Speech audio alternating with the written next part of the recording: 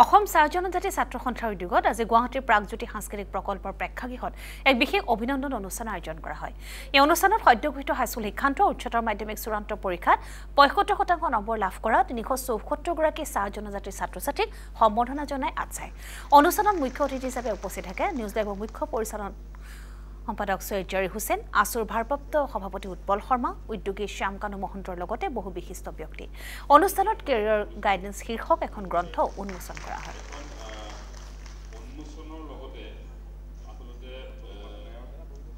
আজি মই ভাবো প্ৰতিগৰাকী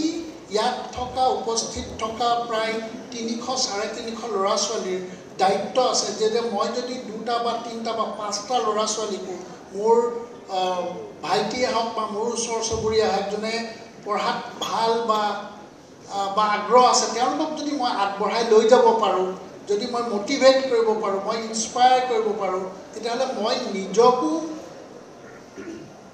আগবঢ়াই লৈ যোৱাৰ ক্ষেত্ৰত সফল হ'ম। লগতে মোৰ যদি ৩-৪ গৰাকীকো আগত লৈ যাব পাৰোঁ, মই ভাবোঁ সেইটো এটা আমাৰ কাৰণে এটা সমাজৰ কাৰণে এটা ভাল এটা কথা হ'ব বুলি মই ধাৰণা কৰোঁ। যে চাহ জনজাতি ছাত্ৰ সন্থাই এটা কেম্পেইন হিচাপে ল'ব লাগে যে আমি লিটাৰেচি লেভেলৰ টাৰ্গেট অৰিয়েণ্টেড হ'ব লাগে যে এই বছৰ আমাৰ ল'ৰা ছোৱালী বা আমাৰ জনগোষ্ঠীটোৱে ১৫০টাই 75 এণ্ড আপ পাইছে। অহা বছৰ সেই সংখ্যাটো আমি ২০০ কেনেকৈ কৰিব পাৰোঁ, তাৰ কাৰণে চৰকাৰখনেও যথেষ্ট, মই ভাবোঁ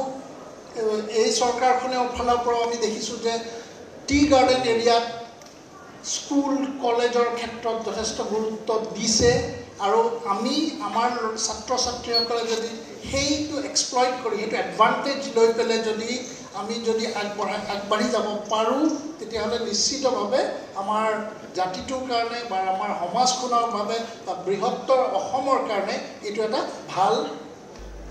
ডেফিনেটলি ভাল এটা পদক্ষেপ হ'ব বা ভাল কথা হ'ব।